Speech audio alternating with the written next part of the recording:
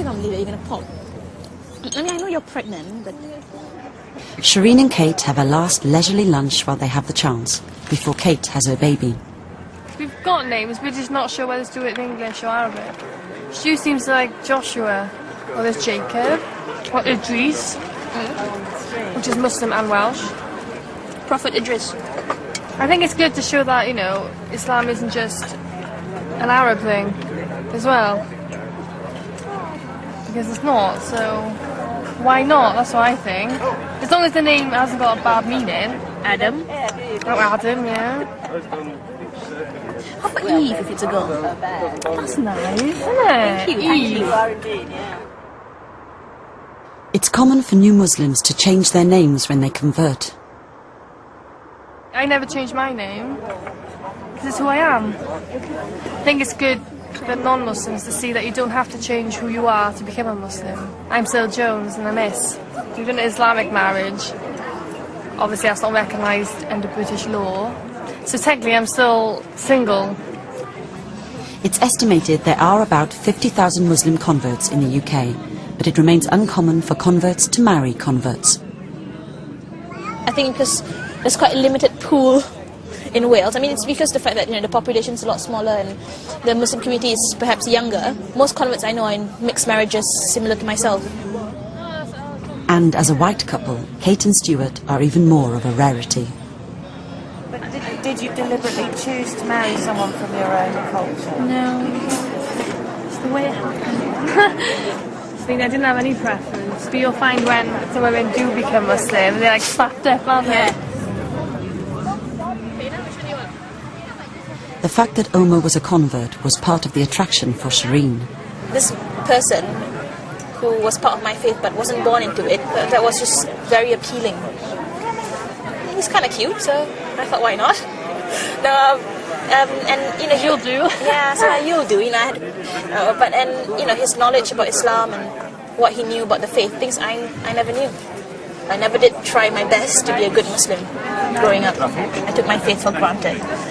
And when I met Omar, it just opened up this new world for me, the world of confidence. Kate and Shireen are doing some last-minute shopping for the baby.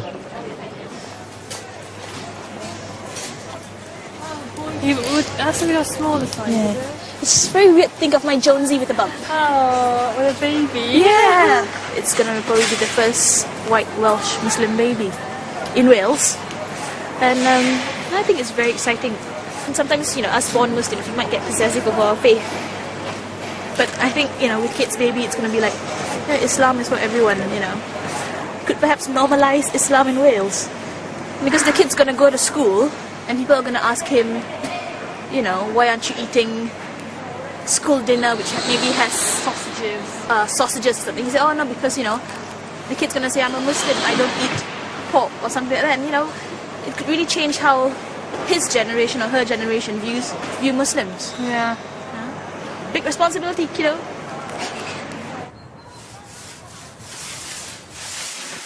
How are you feeling the colour?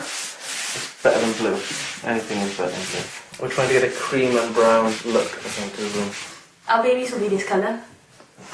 Magnolia, I hope not. No, caramel cream. Is it? Omar already has a daughter, Hafsa, from his first marriage, and Shireen has brought her and heavily pregnant Kate to the local mosque for evening prayers. Alhamdulillahi Rabbil Alameen Ar-Rahmanir Rahim. At this mosque, women have a separate area for prayer.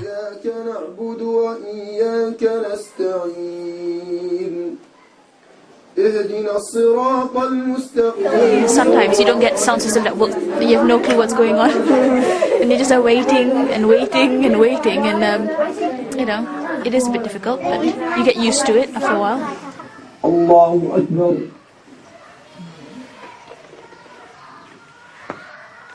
Allahu Akbar.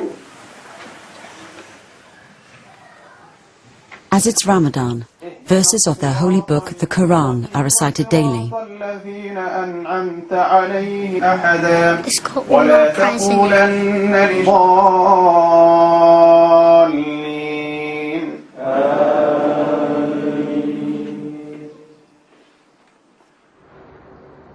Kate's baby is due any day now, and Shireen throws a baby shower for her sister-in-law. It's a boy. Everyone thinks a boy, but I think What a do you girl. think? Do you think a boy, Sheila?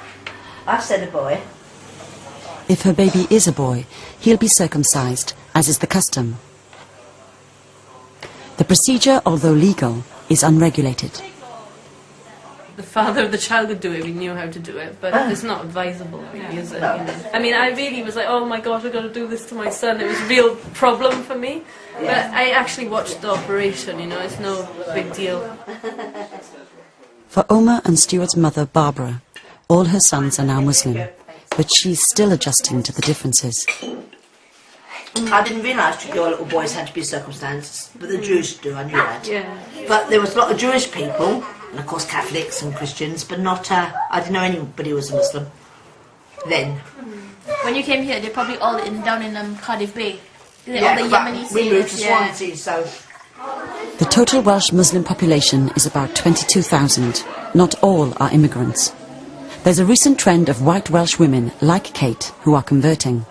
So it's quite interesting. But it's just interesting That it's considering that we're supposed to be oppressed. yeah. Yeah. And there's been about 4 in the last 3 months in Swansea alone. And it's not because they're getting married or anything like that, or because, you know, they found some cute Pakistani waiter or something, you know. It's just... Well, open or whatever, but you've got a big bag for him, it's good, this. That's a little yeah, very trendy. No, yeah. Oh, dates. To give you energy. Oh. So that's for your labour. Oh, okay. Oh, I know when it's born. This is a baby vest. 1 week on, and Kate and Stuart have a son, a newborn Muslim. And he's arrived on a special day. Owain Glyndwr's Day. When I text Stu this morning, I said, you know what day it is, you're going to have to call him Mohammed Glyndwr. I wasn't being serious about that. Well, maybe this child will grow up in independent Wales, who knows? I was psychic. I called you Owain, but not Glyndwr Tudor, Owain Tudor. And then you changed your name to Omar. If you were that psychic, you would have known I'd become Muslim at 17. Yeah. So. Oh, don't cry. No. I'm not having nightmares about his future name.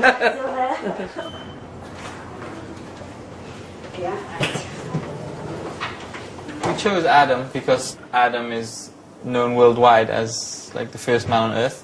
It has kind of significance to our baby, because our baby is the first Welsh white-born Muslim. But he looks like an Adam. We hope he'll be one of many. Congratulations. It's baby Adam's first visit to a mosque, where he's introduced to all his Muslim brothers and sisters. First Welsh Muslim. 100% Welsh. It's tradition to slaughter a sheep and eat a special meal in honour of the newborn.